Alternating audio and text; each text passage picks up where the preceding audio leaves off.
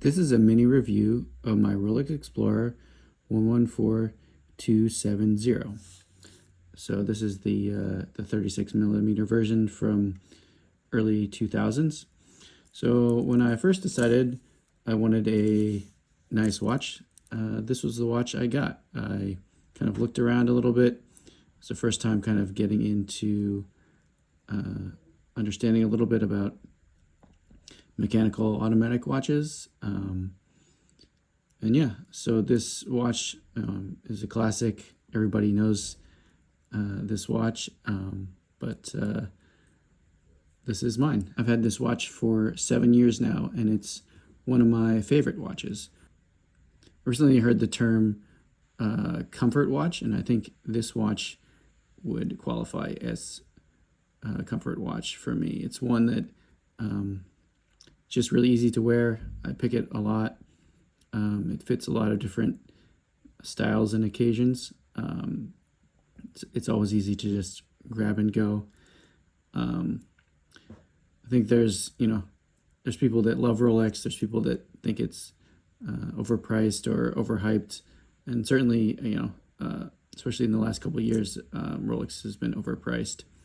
But there really is something that is special about Rolex. There's something that just is like just right. This watch, it just wears so comfortably.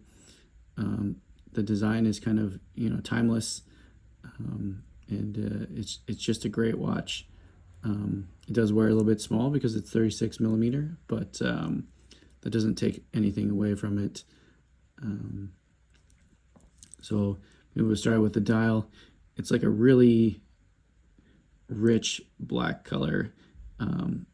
I tend to like matte dials, and it's not really matte. It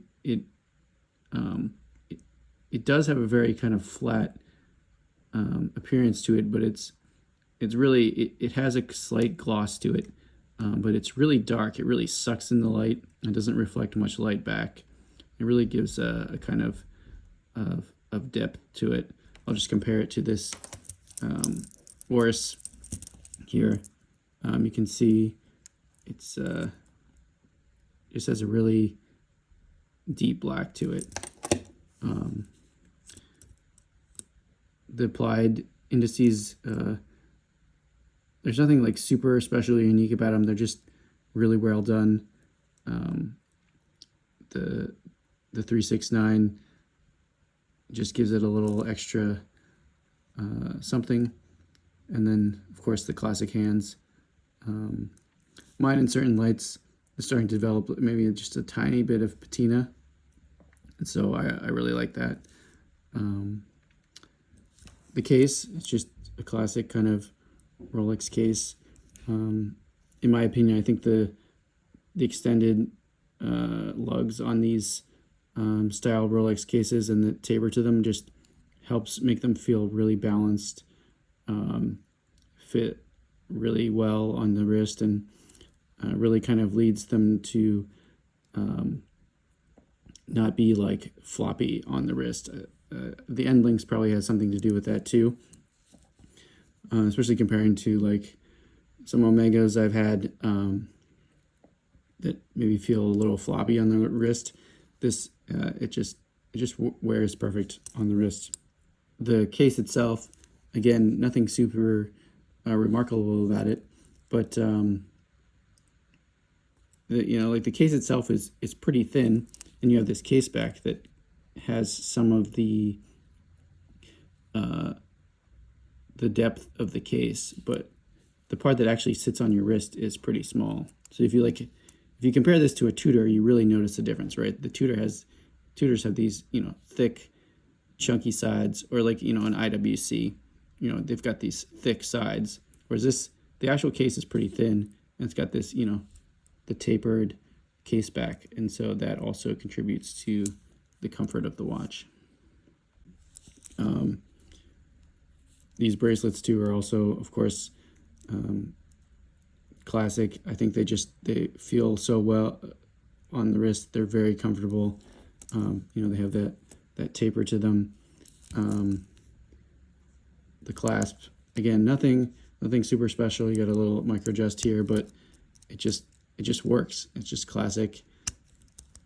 It does the job, but you can tell there's quality there, and overall it just wears really well.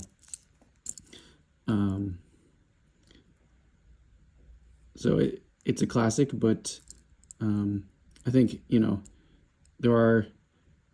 you could say it's a little bit boring, right? It does everything, executes everything really well. It's an amazing watch. But again, maybe comparing it to the Oris, right? You can see like the Oris design-wise has a little bit more going on, right? It's got this knurled bezel. It's got a red hand. It's got a little patina to the indices, and this is a tenth of the price, and obviously the quality is not the same, but just in terms of design, you can see like even this has a little bit more going on design wise than the Explorer. Or maybe another comparison, to an Omega. So this is maybe like half the price of the Explorer, and you can see it also has more going on design wise. Of course, it's a diver, so it has a dive bezel, but it's got a little, like the Oris has got a little pop of red. It's got a wave pattern on the dial.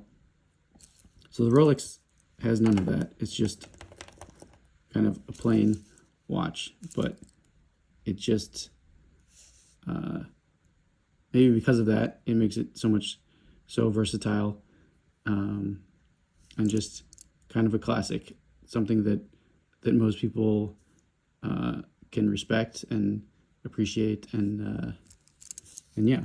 So this is one of my favorite watches. Really, my first watch, not including some quartz watches I had as a kid, but my first adult watch, and it's one that I will always keep and wear often. Here's it on the wrist. So yeah, it does wear a little small as a 36, but it just always feels great when I put it on.